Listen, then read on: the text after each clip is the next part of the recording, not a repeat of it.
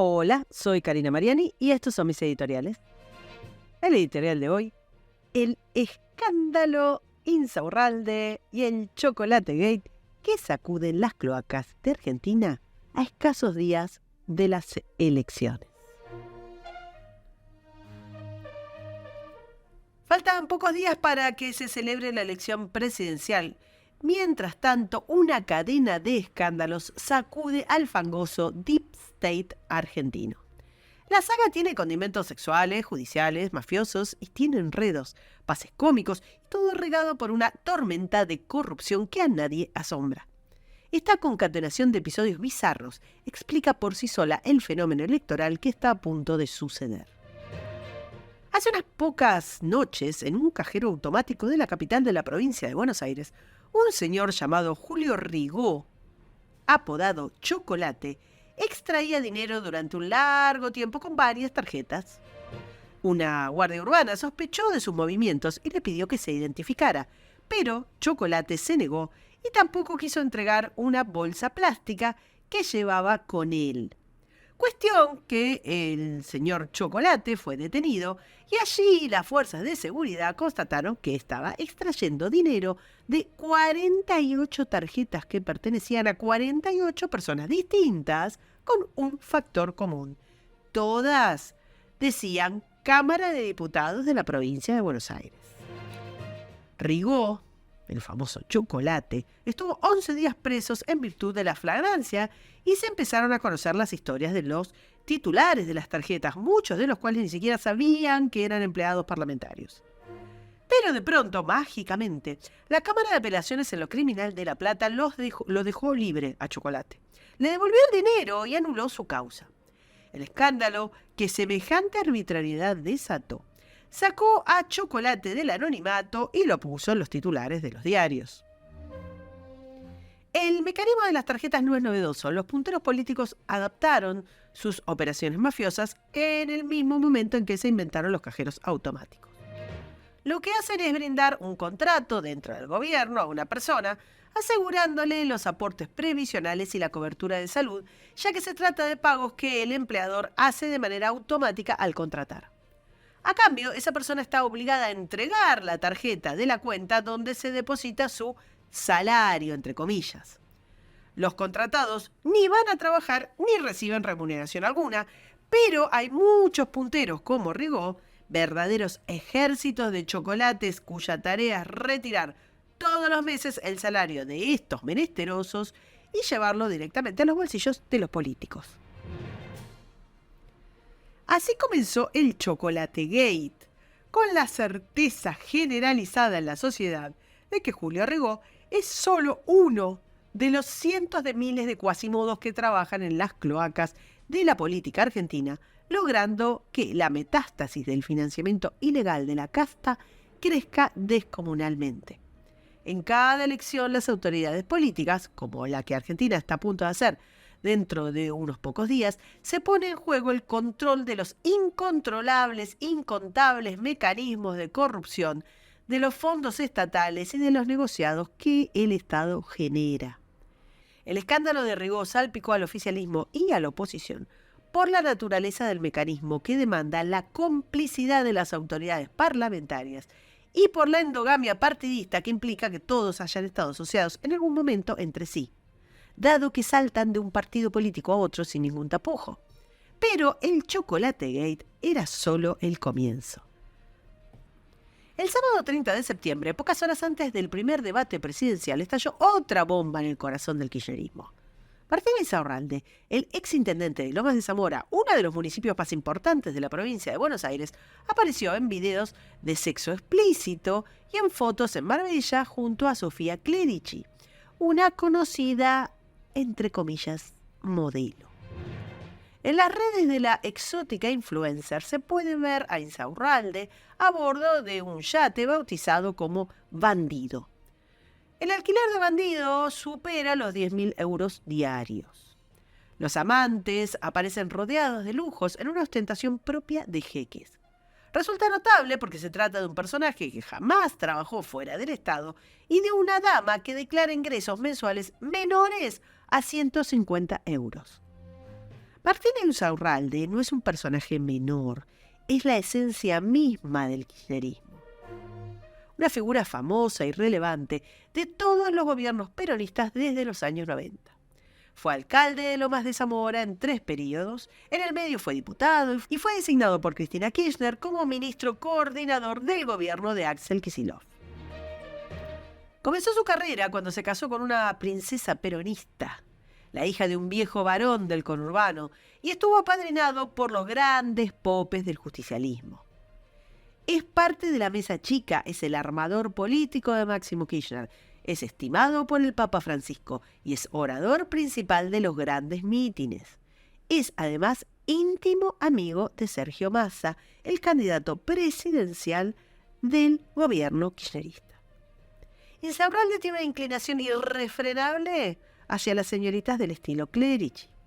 Hace una década, luego de divorciarse de la princesa del conurbano, se casó con una codiciada influencer de la sensualidad. La señora en cuestión se llama Jessica Sirio y el matrimonio se encuentra en pleno proceso de divorcio. Todas las versiones periodísticas y distintas fuentes políticas e institucionales sostienen que en el acuerdo de división de bienes, Sirio obtuvo $20 millones, cosa que hizo saltar todas las alarmas porque daba cuenta de la fortuna de Insaurralde, el hombre que acaba de caer en desgracia y que jamás tuvo un trabajo fuera de la administración pública. En los años felices, Martín y Jessica no vivían en Lomas de Zamora, localidad pauperizada que Martín gobernaba. Porque ese lugar es para pobres. Vivían en la zona más cara de la ciudad de Buenos Aires, en Puerto Madero, también rodeados de lujos, aunque pasaban muchísimo tiempo en Miami. Pero además, acaba de conocerse que el viaje a Marbella no es una excepción. Insaurralde tiene, siempre siendo funcionario con responsabilidades ejecutivas, un reguero de viajes a todo el mundo, en aviones de línea y en privados, cuyo listado, cuando se dio a conocer, motivó una nueva investigación, ya que solamente en vuelos registrados, el funcionario tiene un récord de 200 viajes al exterior en el último tiempo. Algunos de esos viajes resultan francamente extraños. Por ejemplo, los 5 viajes que hizo en el mismo mes a un solo país, Colombia. A su vez, Jessica se consuela del trauma del divorcio con una nueva relación con otro millonario, producto del capitalismo de amigos, un señor que se llama Pichirilo, que posee él y su familia un extenso currículum dentro del Estado. Envidiable, porque tienen cargos que manejan espacios de decisión, de lobby y programas de cientos de millones de dólares en organismos como el BID. Claro que la vida del magnate Martín Insaurralde no se condice con sus ingresos. Eso los argentinos lo saben desde hace mucho. Los argentinos saben que la muy inmensa mayoría de los políticos, verdaderos monumentos al fracaso intelectual y laboral, viven largamente por encima de la media y que fuera del Estado no podrían tener un ingreso decente. También saben que del Estado vive su familia, sus amates, sus choferes, sus mucamas, sus jardineros, y que a pesar de por ser cuantiosas fortunas no pagan ni un café, siempre se paga desde el Estado.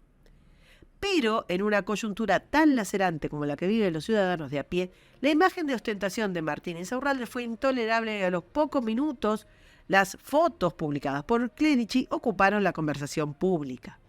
Comenzaron a viralizarse los contenidos eróticos de Sofía, las salidas de compras millonarias y las joyas y los consumos suntuarios provenientes de un político kirchnerista cuya prédica es ardientemente anticapitalista, fanático de la justicia social redistributiva y conspicuo progresista, por supuesto.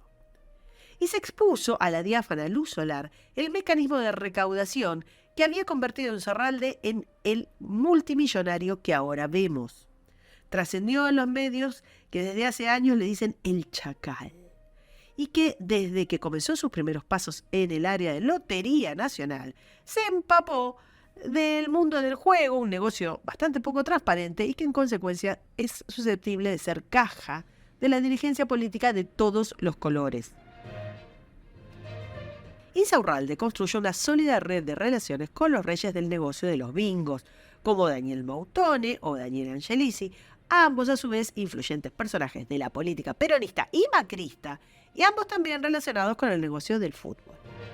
Martín fue poniendo a sus hombres en lugares claves de la administración pública, gente que le responde tanto en las listas legislativas como en los cargos de gestión, por ejemplo, a Omar Galrualde, presidente del Instituto Provincial de Lotería y Casinos de la provincia de Buenos Aires, y que está sentado sobre un entramado de habilitaciones, concesiones y otras vituallas.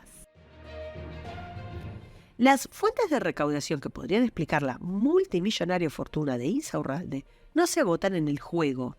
Existe en la provincia de Buenos Aires una feria de ropa clandestina gigante llamada La Salada, que, según diversas investigaciones periodísticas, estiman recauda mensualmente alrededor de $1.000 millones. Como casi toda esta actividad es informal, se trata de una fuente de recaudación subterránea del poder, sobre todo en época de campaña como la que se vive en estos momentos. Los capos de este mercado anidaban cómodos en las oficinas de Insaurralde, según se publicó hace pocos días. Además, se le atribuyó al exintendente un interés personal en el mantenimiento del alumbrado público de varias intendencias provinciales, y también se publicó que muchos otros intendentes recibieron financiamiento para cambiar el parque eléctrico a través del Provincia Leasing, con la condición de que las empresas cercanas a Insaurralde recibieran los contratos.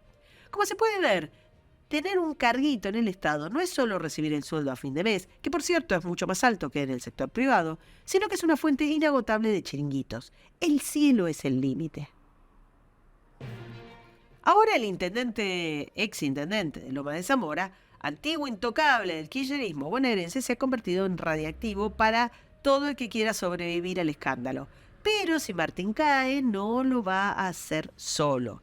La conexión entre el escándalo Insaurralde y el escándalo de Chocolate tiene claros vínculos, ya que quien está a cargo de la presidencia de la Cámara de Diputados de la legislatura bonaerense es un señor que se llama Federico Termín, a su vez candidato a intendente de Lomas de Zamora, puesto a dedo por Insaurralde.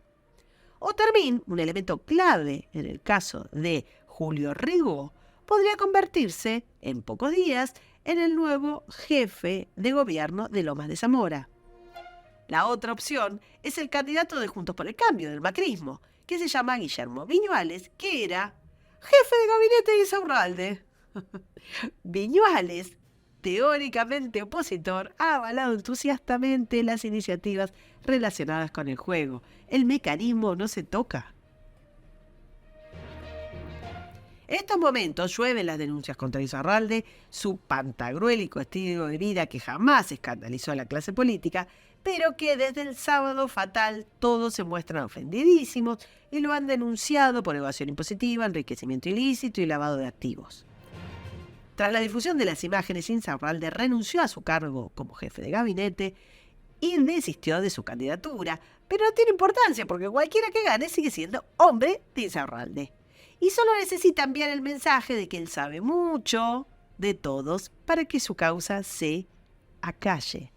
Su caso es paradigmático, pero no excepcional, y nuevas denuncias se ciernen sobre otros fastuosos dirigentes peronistas como Gustavo Menéndez, exintendente de la localidad de Merlo y actual presidente del Grupo Provincia, que es el grupo financiero estatal que maneja otra caja multimillonaria. El fiscal federal Sergio Mola, que imputó a Martín Insaurralde y a Sofía Clerici por el presunto delito de lavado de dinero, a su vez tuvo que sortear una trampa judicial. Curiosamente, a escasas horas de conocerse las imágenes del escándalo, entre el sábado por la noche y el domingo, una denuncia contra Insaurralde cayó en el despacho del juez Federico Villena, horas antes de que Villena deje de estar de turno por el fin de semana. La premura se debía a que Villena también es muy cercano a Insaurralde, y frente al riesgo de futuras denuncias, manos amigas habrían hecho lo que se denomina forum shopping, la maniobra por la cual el denunciante procura elegir al juez que mejor se acomode a los intereses del demandado. Vale decir que los largos tentáculos del poder de Insaurralde abarcan todos los poderes estatales y habían activado el control de daños. Afortunadamente, Villena logró ser apartado de la causa. Tanto el presidente fantasma que tienen los argentinos, que se llama Alberto Fernández, como el presidente en funciones, ministro de Economía y candidato kirchnerista Sergio Massa, dijeron que Martín Insaurralde cometió un error. Esa es la explicación oficial, y tiene sentido, ya que ir contra Insaurralde es ir contra la familia Kirchner. La doctrina del grave error intenta circunscribir el escándalo a la trama erótico-sentimental, sin que se levante polvareda sobre el origen de los recursos, buscando que la condena sea solo una cuestión moral. Pero por ahora no han tenido éxito ni esa jugarreta ni el intento del gobernador Kicillof de despegarse del asunto, ¿no? Fingiendo ignorancia. Kicillof se encuentra en plena campaña de reelección y en la debacle peronista sostener el bastión de la provincia de Buenos Aires es indispensable, porque es un refugio político y económico en tiempos de crisis. Resulta imposible para Kicillof explicar cómo no se dio cuenta de que su jefe de gabinete se ausentaba sistemáticamente y que llevaba una vida de sultán. Alegar desconocimiento sugiere que Insaurralde no reportaba al gobernador y que además tenía un manejo del entramado de poder real muy superior al mismo gobernador. El golpe terrible a la imagen del único candidato competitivo que tiene Cristina Fernández a esta elección es fundamental. También resulta una estocada a su capacidad de gestionar las pulsiones de un peronismo en desbandada que es cainita y se siente acorralado y que es capaz de generar infinitas traiciones y zancadillas si no tiene un jefote al que reportar. El golpe a Insaurralde es un golpe a Kicillof y sobre todo a Cristina, y es impredecible el alcance de este grave error y de sus consecuencias. Mientras tanto, la población mira el espectáculo sumida en la pobreza y la desesperación. El deterioro de las instituciones argentinas es mayúsculo. Los cuerpos legislativos son meras cajas políticas, como lo demuestra el Chocolate Gate. Y la casta política es protagonista o cómplice por omisión de los miles de Insaurraldes insertos en los entresijos del poder. La desnaturalización sufrida por el sistema democrático lo ha convertido en una cueva de chupasangres. Todo estado elefantiásico es una satrapía y Argentina está llena de sátrapas. En este contexto ruinoso, en octubre, el 22 de octubre, Argentina elige un nuevo presidente. Para escuchar todos los editoriales, suscríbete, me gustealo, compartilo y nos vemos en la próxima. Muchas gracias.